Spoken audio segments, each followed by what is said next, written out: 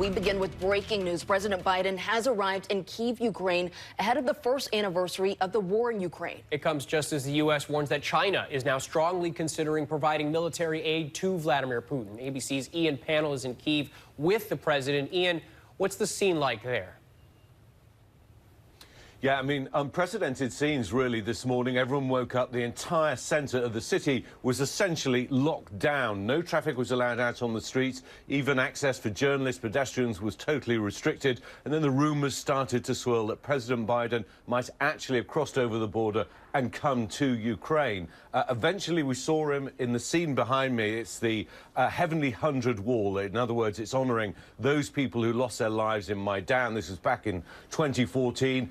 As part of really Ukraine's struggle for freedom, President Biden went there. It was a day to remember the dead. It's also President's Day. He and President Zelensky stood side by side. I think a major show of solidarity and support. This is a day I think that many Ukrainians will welcome as the one-year anniversary of the war approaches. Of course, there are questions about how long America and the rest of the NATO allies will stick by Ukraine as Russia presses its assault in the east of the country.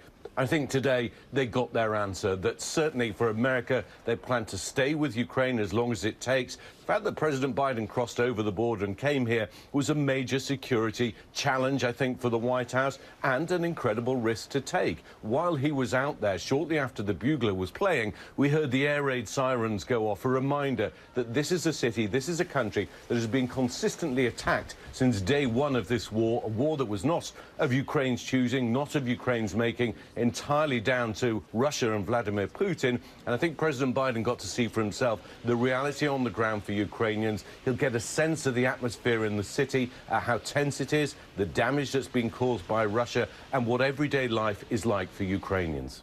And Ian, what message does the president's visit to this war zone send to one Vladimir Putin? I think it sends a very strong message. We're also going to see a major day in the Russian calendar, where Russia honours its armed forces. That's also taking place this week, just one day before the one-year anniversary of the war. Now, President Putin has made it clear that he will pursue his aims here. At the very least, we see his troops on the offensive in the east of the country, especially around the key city of Bakhmut, where there is intense fighting taking place there. ABC News speaking to a U.S. Marine who's fighting with an international brigade there, who said basically life expectancy out in the east is something just like 4 hours. So President Biden gets to see it, he gets to show solidarity and support for Ukraine. Hi, everyone. George Stephanopoulos here. Thanks for checking out the ABC News YouTube channel. If you'd like to get more videos, show highlights, and watch live event coverage, click on the right over here to subscribe to our channel. And don't forget to download the ABC News app for breaking news alerts. Thanks for watching.